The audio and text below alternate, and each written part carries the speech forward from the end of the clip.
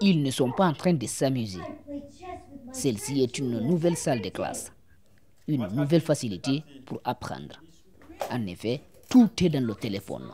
C'est Duolingo, une application qui propose plusieurs langues à ses utilisateurs. L'ambassade des États-Unis en République de Guinée formalise les cours et fait profiter aux journalistes membres des jeudis de la presse. On a donné une petite démonstration sur l'application Duolingo. Donc très généralement, l'application c'est utilisée pour se perfectionner en anglais de façon très enthousiaste, sous forme de jeu. Mais aujourd'hui, on a montré comment on peut utiliser cette application dans le cadre d'une école. Donc l'ambassade a créé des séries de cours, des classes. Et donc on a créé une classe spécifiquement pour les journalistes qui pratiquent, qui viennent à la bibliothèque de l'ambassade.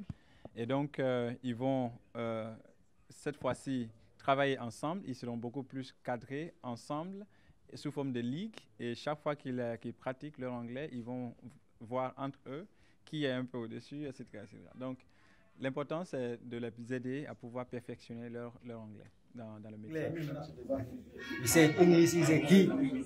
Les participants se donnent à fond, ils challengent.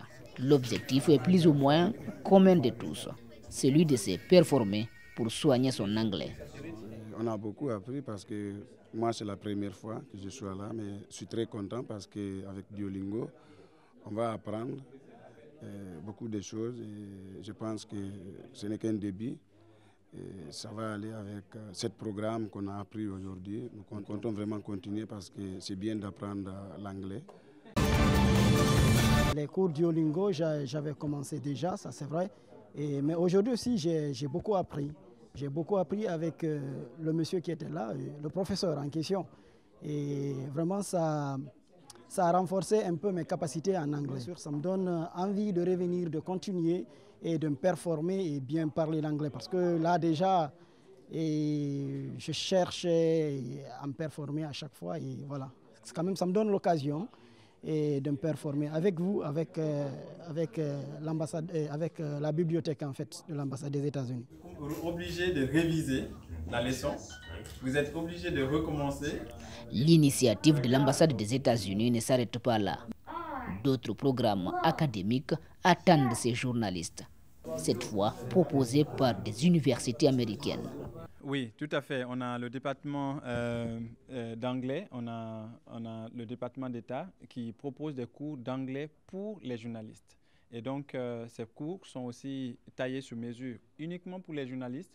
C'est proposé par les universités américaines. Et donc, quand les journalistes souscrivent à ces cours, ils doivent prévoir d'avoir 10 heures par semaine pour pratiquer les exercices et pratiquer entre eux.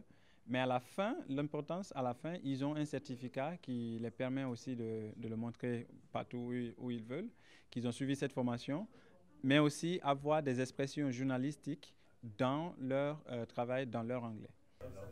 Pour une démocratie vivante et en bonne santé, l'ambassade des États-Unis en République de Guinée mise sur une presse libre et professionnelle. Les journalistes, membres des jeudis de la presse, décident de bien profiter de cet autre programme exceptionnel.